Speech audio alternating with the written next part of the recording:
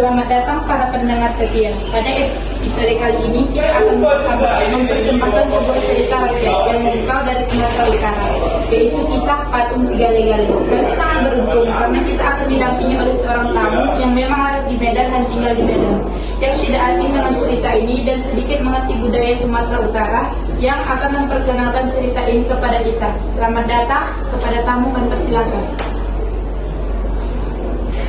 Baiklah, terima kasih telah mengundang saya. Saya sangat senang bisa berbagi kisah tentang patung Si Gale-Gale dengan para pendengar episode kali ini. Jadi, patung Si Gale-Gale ini adalah merupakan simbol budaya bagi warga Indonesia. Ini adalah suatu bentuk cerminan yang kekayaan budaya yang harus dijaga sebenarnya. Jadi itu.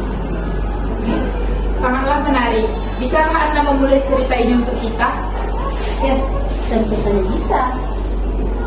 Kisah ini dimulai dari sebuah desa kecil di daerah Tapanuli, Sumatera Utara, di mana seorang anak laki-laki bernama Toba hidup.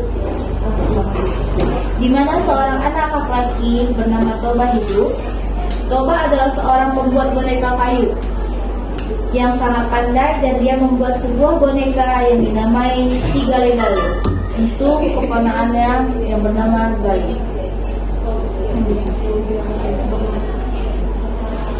Namun suatu hari Gale ini dia jatuh sakit meninggal dunia. Bagaimana tanggapan?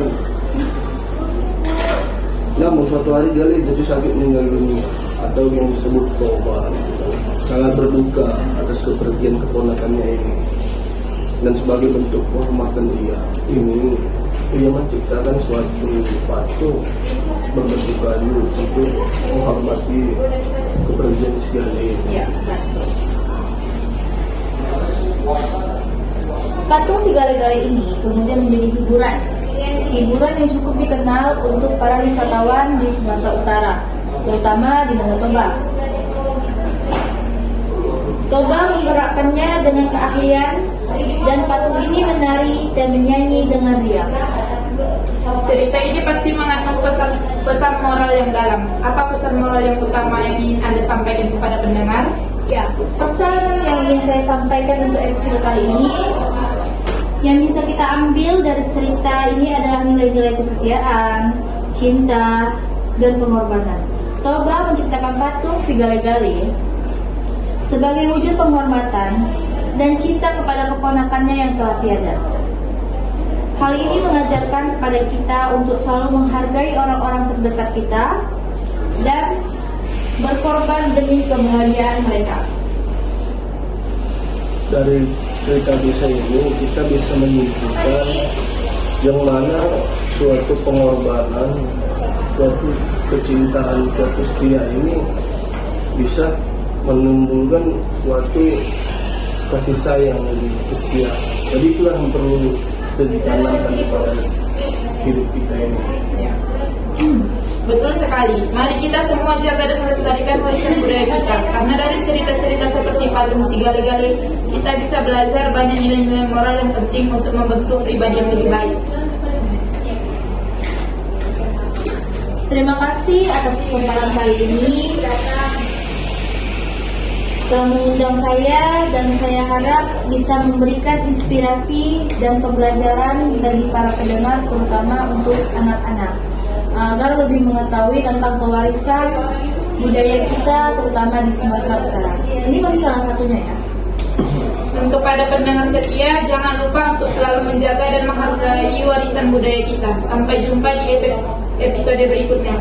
Sampai jumpa, dan jangan lupa untuk terus belajar dan menginspirasi dari cerita-cerita rakyat yang kita dengarkan. Jadi di sini kita akan menjelaskan langkah-langkah untuk mengenai pembuatan podcast dalam pembelajaran kali ini. Jadi langkah-langkah pertama itu, yang pertama tentukan nice dan tujuan podcast tersebut. Langkah pertama adalah merupakan nice atau topik podcast atau tujuannya, atau yang disebut apa yang akan dicapai. Kedua, rencanakan dan persiapkan kontennya. Jadi kita menyiapkan atau schedule lah acara podcast itu biar berjalan lancar. Yang ketiga, persiapkan peralatan rekaman dan suara yang baik. Jadi kita membuat podcast ini jangan di ruangan yang terbuka begitu. Kita membuat ini di suatu ruangan yang tertutup untuk suaranya itu yang keempat, edit dan produksi. Jadi maksud di edit ini kita di podcast itu selamanya kita tapi itu ini nanti ada tim editor untuk memotong apa aja pembahasan terus dibahas tentang distribusikan dan apa promosi itu seperti kita mempunyai apalah hal-hal untuk kita promosikan seperti Spotify, YouTube, boleh, TikTok juga boleh. Itulah langkah-langkahnya. Mungkin sekian dari kelompok kami.